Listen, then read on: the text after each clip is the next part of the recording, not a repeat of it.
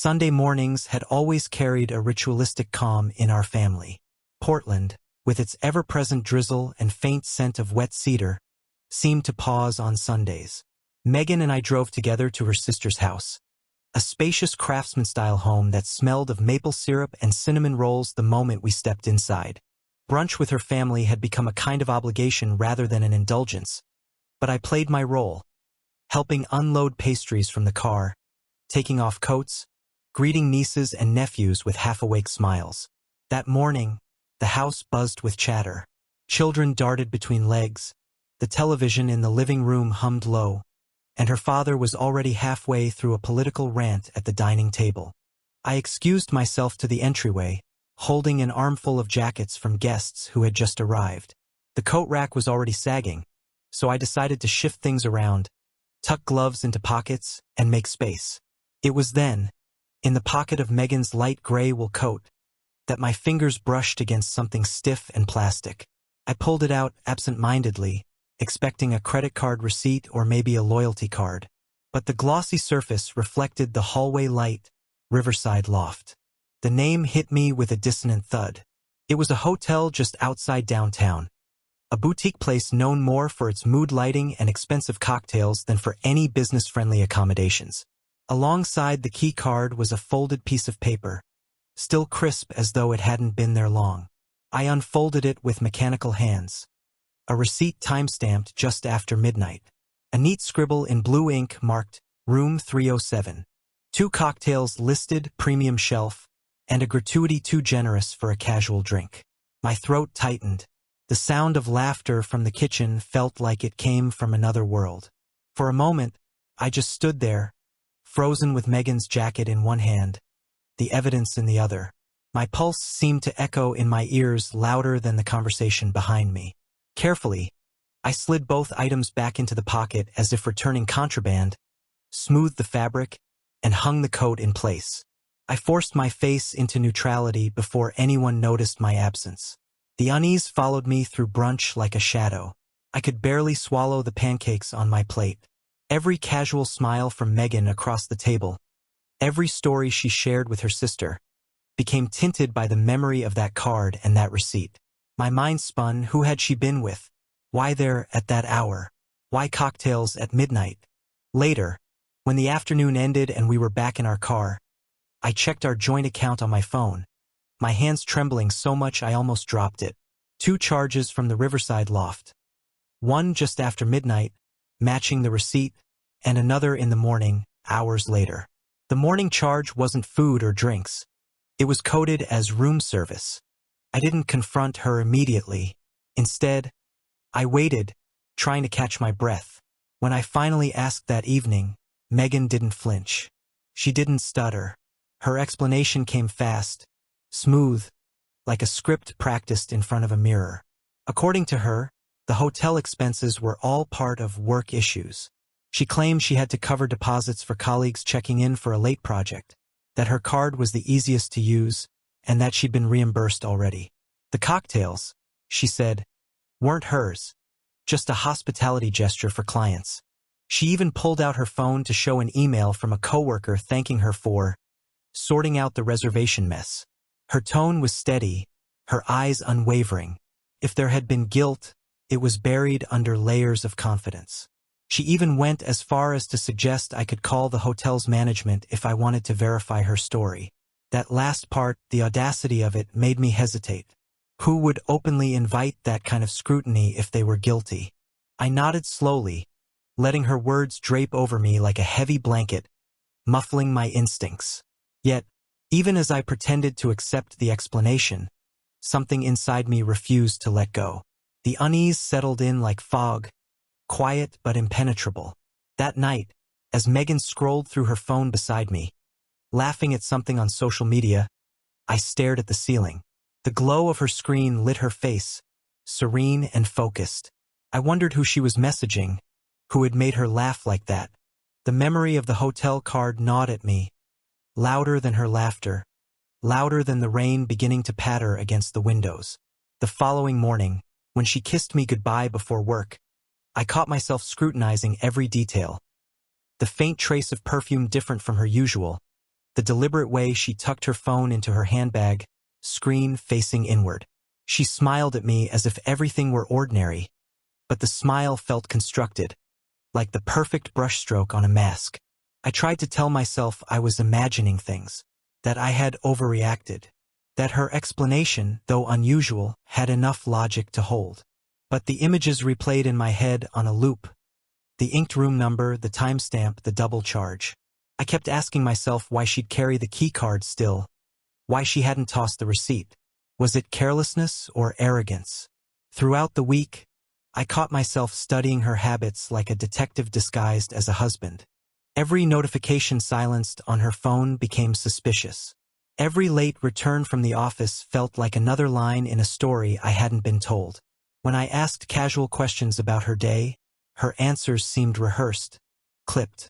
The Megan I thought I knew. The warm, candid woman who once filled silence with unfiltered details, now spoke in controlled fragments. What unsettled me most was the ease with which she had turned my suspicion back on me.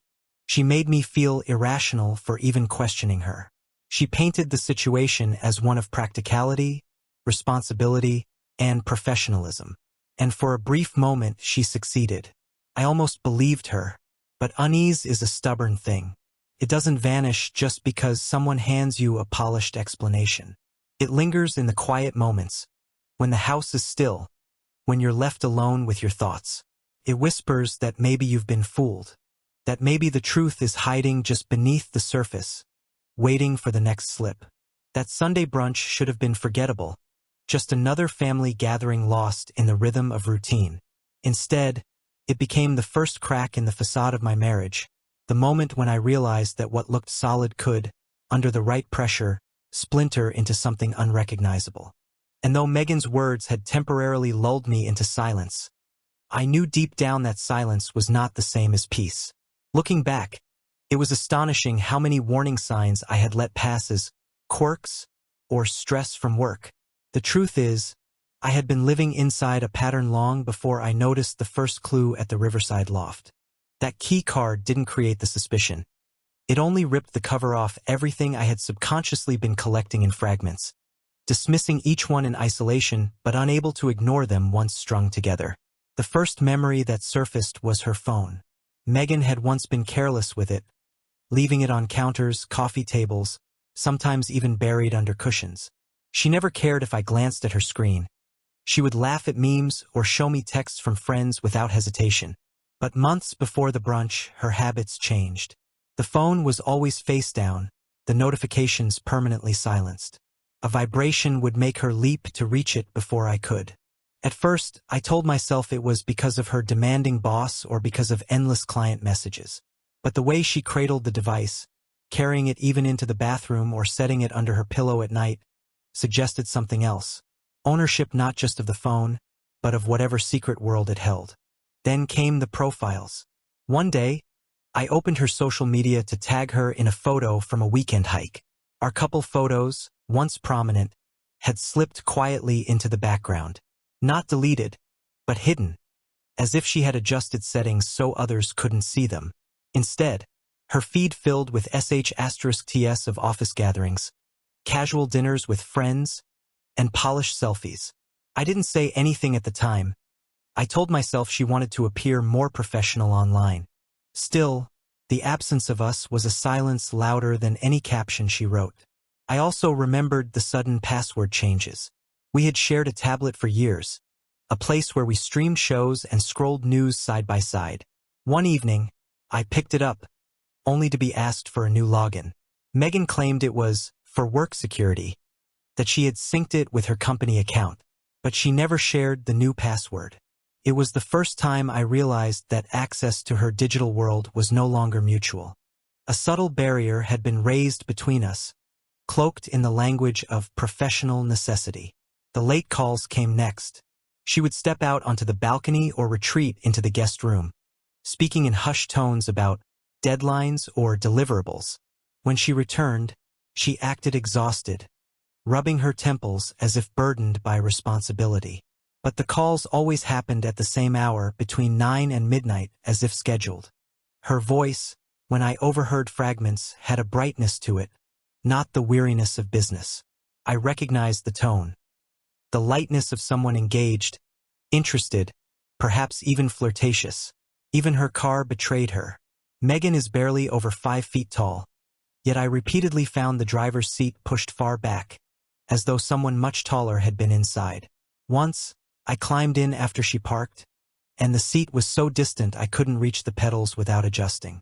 She brushed it off, saying she liked to stretch her legs on long drives. The explanation was flimsy, but I accepted it because denial is easier than confrontation. The scent was harder to ignore. Not her perfume, the sharp floral notes I had bought her once for an anniversary, but a distinctly masculine cologne. It clung to her scarf one evening, foreign and heavy, almost musky. When I leaned in to kiss her, the smell lodged itself in my throat. She laughed when I mentioned it, teasing that maybe I was jealous of strangers in elevators. But the cologne returned, faint but insistent, in the fabric of her coat and even in her hair some nights. No elevator could explain that. And then there was Tyler, her boss. At first, he was a distant name in our conversations. Tyler wants the presentation polished, or Tyler moved the deadline. Harmless mentions. But slowly, he began appearing everywhere. She told me she had given him rides after late meetings because his car was in the shop. Then she stayed at the office finishing layouts with him, long after others had left. Soon, her stories and photos featured him more than anyone else. Smiling at events, standing close at mixers, his hand on her shoulder in casual snapsh *TS. The shift at home mirrored this new presence. Megan grew distant, irritable at small things that once made her laugh. A misplaced glass in the sink could trigger a sigh. My attempts at affection earned little more than a distracted peck. The warmth of our marriage cooled into formal gestures, mechanical good nights and hollow love yous. She wasn't cruel, just absent, as though her emotions had been outsourced to another world I wasn't allowed to enter. I see now how I rationalized it all. I told myself the phone habits were about privacy in the digital age. I said the missing photos were part of a professional rebrand. I accepted that passwords change, that late calls happen in competitive industries, that cologne transfers in crowded spaces. I even convinced myself Tyler's presence was coincidence, a byproduct of long projects. But when I replayed these memories after finding the hotel receipt, the illusion shattered. Each detail became a puzzle piece that no longer floated alone but locked into a larger, uglier picture. The face-down phone was secrecy. The hidden photos were erasure. The password change was a barrier. The calls were int * Macy misnamed as work. The seat adjustment was another man's imprint. The cologne was his scent. Tyler wasn't a coincidence. He was the constant. And in the background of all these realizations, I felt myself change too. I had stopped laughing with her. I had stopped reaching for her hand when we walked. Instead, I studied her like evidence, documenting details silently, storing them in a mental ledger. Where there should have been trust, there was investigation. Where there should have been partnership, there was distance. The irony is that Megan must have sensed my withdrawal. She occasionally overcompensated, offering to cook elaborate dinners, buying me small gifts, pressing quick kisses onto my cheek as if checking a box. But those gestures felt like substitutes, not the real thing. She gave me the surface of attention while her mind drifted elsewhere. Looking back, it wasn't a single betrayal that undid me. It was the slow accumulation, the erosion of trust grain by grain, detail by detail. I had been watching the tide pull back for months, refusing to admit that the wave coming next would crash harder than I could withstand. The riverside loft wasn't the beginning. It was only the confirmation of what I had already known but refused to name. The oddities weren't random at all. They were a map, and every road led to the same destination. Her disloyalty, carefully concealed, yet bleeding through in ways she couldn't fully hide. And I, blind, hopeful, or perhaps just cowardly, had let it build until the truth demanded to be seen. There comes a point where suspicion no longer satisfies.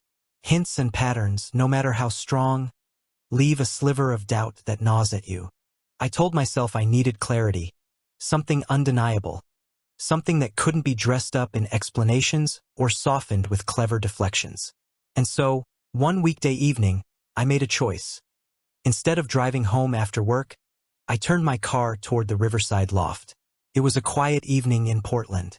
The city lights were already glimmering against the Willamette, the streets damp from a drizzle that had passed an hour before. I parked half a block from the hotel, far enough not to be seen if Megan or anyone else glanced outside. I sat in my car with the engine off, hands gripping the steering wheel, debating whether I had gone insane. But the memory of the key card, the scent of cologne, and Tyler's name appearing again and again in her stories pressed me forward. The riverside loft looked like the kind of place designed for secrecy. The glass facade reflected the city lights, and through the lobby's wide windows I could see the lounge area, low-lit with amber lamps and velvet chairs. Couples drifted in and out, their laughter hushed, their closeness unmistakable. I checked my watch. Nearly 9. Megan had told me she would be staying late to finalize reports. I waited. Minutes stretched into what felt like hours. I nearly convinced myself to leave, that this was paranoia, that I was sitting in the dark chasing phantoms. But then, just before 10, a rideshare car pulled up to the curb. The doors opened, and out stepped Megan. She wasn't alone. Tyler was beside her, tall and broad-shouldered, his hand briefly touching the small of her back as if guiding her forward. They looked too comfortable, too synchronized. Megan's laugh carried across the pavement as she tilted her head toward him, the same laugh she had once reserved for me. My stomach dropped. I stayed still, watching through the windshield. They entered the hotel together, their movements casual, practiced. Not furtive, not nervous, just natural, like this was not their first time. My breath caught as I saw them settle in the lobby lounge. They chose a secluded corner, sinking into chairs that faced each other but close enough for knees to brush. For 15 minutes I watched them. I watched Megan's hand rest briefly on Tyler's arm, saw his eyes linger on her with a familiarity that was not professional. Then it happened, simple, undeniable, and irreversible. They leaned in and their lips met. Not a fleeting kiss of greeting, but the slow, deliberate kind that speaks of Macy built over weeks, maybe months. She smiled afterward, touching her hair in that nervous way she always did when she wanted to appear coy. My chest tightened so sharply I had to remind myself to breathe. The evidence was no longer theoretical. This wasn't a matter of receipts or hotel keycards that could be explained away with creative excuses. This was my wife in plain sight with another man. I forced myself into detachment. My phone was already in my hand, camera raised discreetly over the edge of the steering wheel. I took photos through the glass, blurry but clear enough to show their closeness. When they rose from their seats, Megan accepted a key card from Tyler, slipping it into her purse with the kind of familiarity that comes only from repetition. Together, they walked to the elevator bank. The sight of the doors closing on them felt like a blade across my chest. I stared at the glowing numbers as the elevator ascended. 3rd floor. 4th. Then it stopped. My mind screamed the room number from the receipt I had found. 307. Whether coincidence or confirmation, the pieces clicked with ruthless precision. I sat frozen, gripping my phone so tightly my knuckles ached. Time blurred. 10 minutes passed. 15. 20. They did not return. I finally exhaled, realizing that whatever was happening upstairs was the truth I had feared but could no longer deny. I documented everything. I noted the exact time they arrived, the way they sat, the kiss, the exchange of the card, the floor they went to. I saved the photos to a secure folder, backing them up immediately in case my phone failed. I wrote a voice memo describing the sequence, my tone flat, almost clinical, as though I were narrating a police report. When at last they came back down, almost an hour later, they looked composed but not cautious. Megan adjusted her blouse, her hair slightly tousled, her cheeks flushed. Tyler walked beside her with the easy stride of someone who had nothing to hide. They didn't notice me, parked in the shadows, watching as they slipped out the door and into the night. I didn't follow. I didn't need to. I had what I came for, truth made visible. The drive home was a blur.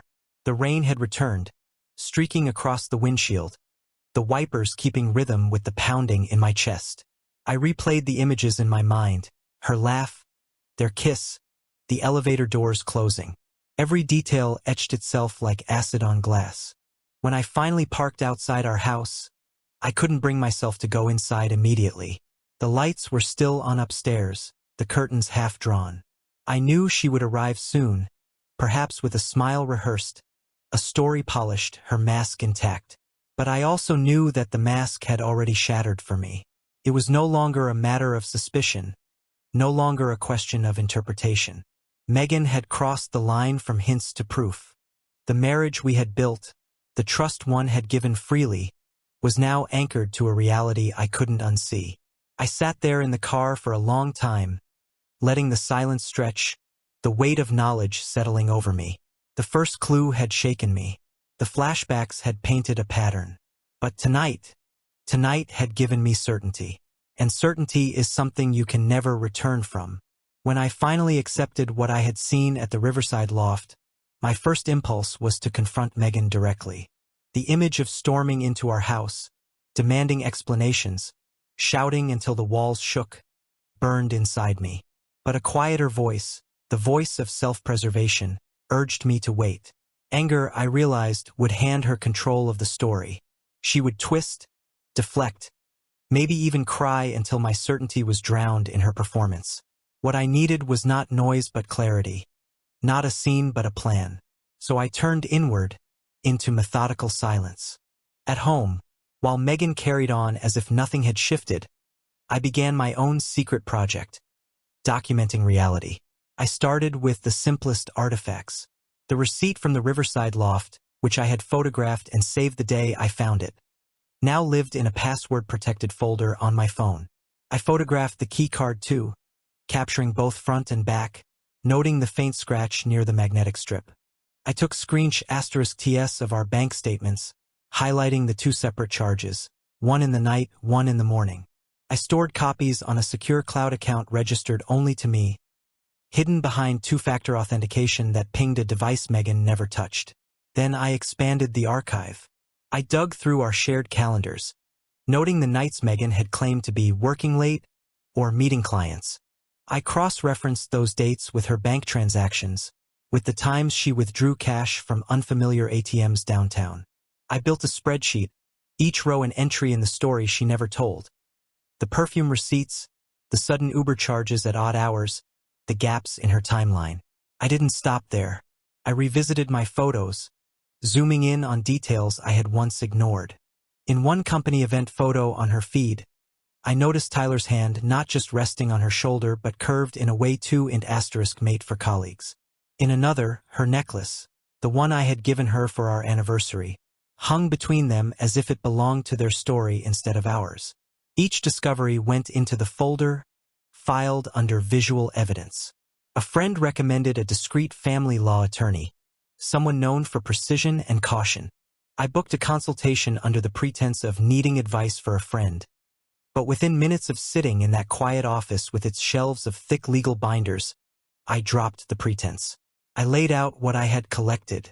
The attorney nodded, asked measured questions, and explained the mechanics. The importance of documentation, the division of marital assets, the steps to protect myself financially before raising the issue openly. He spoke not with drama but with calm inevitability, as though I were describing the weather rather than the collapse of a marriage. His advice reshaped my energy. Instead of drowning in emotion, I built structure. I opened a separate bank account in my name only, slowly shifting portions of my paycheck into it. I changed the passwords to my personal email, cloud storage, and financial apps. I enabled two-factor authentication across every account I could think of, ensuring no one but me could access them. I rented a small safe deposit box at a bank across town. Into it went originals: my birth certificate, our house deed copies, my insurance papers, and printed photographs of the incriminating evidence. If Megan decided to lash out or erase files, the core would survive. I stored backups on encrypted drives, labeled innocuously, hidden in a drawer she never opened. Meanwhile, I observed her with new eyes. Every late return, every hushed phone call, became another line in my journal. I wrote down dates, times, even the excuses she used. Working late on campaign. Gym closed, stayed extra. Helping Tyler with layouts. The list grew, each excuse repeating like a chorus until it lost all meaning. At night, while she slept, I sat in the glow of my laptop, piecing together the mosaic. My body felt numb, but my mind was sharp. The betrayal that once broke me now fueled me into precision. I wasn't just her husband anymore. I was her quiet archivist, recording every contradiction, every slip, every truth she thought she had hidden. What surprised me most was how calm I felt. Rage had flared at first, but as my file grew thicker, calm settled in its place. It wasn't peace, it was strategy. The act of documenting gave me back a sense of control. For the first time in months, I wasn't chasing shadows. I was building a case. Megan, oblivious, sometimes tried to bridge the growing silence. She asked if I wanted to plan a weekend trip, offered to cook elaborate meals, or sat closer on the couch as though contact could stitch us together again. I responded politely but distantly, my mind already filing her gestures under compensatory behavior. One evening, she left her purse open on the kitchen chair. Inside, I spotted a folded napkin with handwriting. Tyler's name scrawled alongside a number. I photographed it quickly, heart hammering, then slipped it back without a sound. She smiled at me moments later, asking if I wanted tea. I nodded, my face calm, while inside I felt the sharp satisfaction of another piece secured. It became almost ritualistic. Gather, record, secure. By the time weeks passed, I had assembled what the attorney later called a dossier. Bank statements, photographs, receipts, **TS, notes with dates and times, even the video from the Riverside Loft lobby. I knew then that confrontation wasn't the endgame. The endgame was preparation. When the moment came, when the mask Megan wore finally cracked in public or in private, I would not stand empty-handed. I would have the truth cataloged, undeniable, immune to her deflections. And so, while she scrolled her phone beside me, laughing at something unseen, I kept silent. My silence wasn't weakness anymore. It was the sound of gears turning, of a plan forming, of walls being quietly built around me. The dossier was my fortress, and behind its walls I waited. The irony of betrayal is that it often reveals itself not in whispers but in spectacle. For weeks, I had been cataloging Megan's secrets in silence, waiting for the inevitable fracture. I thought it would happen in the privacy of our home, perhaps during some late-night argument when her mask slipped. Instead, it came with champagne, chandeliers, and the false glitter of a corporate banquet. The invitation had arrived weeks earlier. Megan's company was hosting its annual celebration at one of Portland's riverside ballrooms, a sprawling space with vaulted ceilings and walls of glass overlooking the water. She spoke of it with excitement, rehearsing outfits in the mirror, agonizing over heels versus flats, finally settling on a sleek black dress that seemed designed to invite attention. I played along, nodding, pretending to admire the details. In truth, I already suspected the evening would become more than a celebration. It would be a test of how long she could keep her two worlds from colliding. When the night came, we walked in together, our arms linked for show. The ballroom glittered with light, strings of gold fabric draped from the ceiling, a jazz quartet playing at the edge of the stage. Waiters floated with trays of champagne, and the smell of roasted salmon mingled with perfume and cologne. Megan slipped seamlessly into the crowd, greeting coworkers, shaking hands with managers, flashing that professional smile she wore like armor. I kept to the periphery, observing. Tyler was there, of course. He carried himself with the smug ease of someone used to attention. Colleagues orbited him, laughing at his jokes, patting him on the back. Every so often, his eyes drifted toward Megan, and I noticed the unspoken current that tied them together. Small nods, secret smiles, the kind of coded language only two people entangled can share.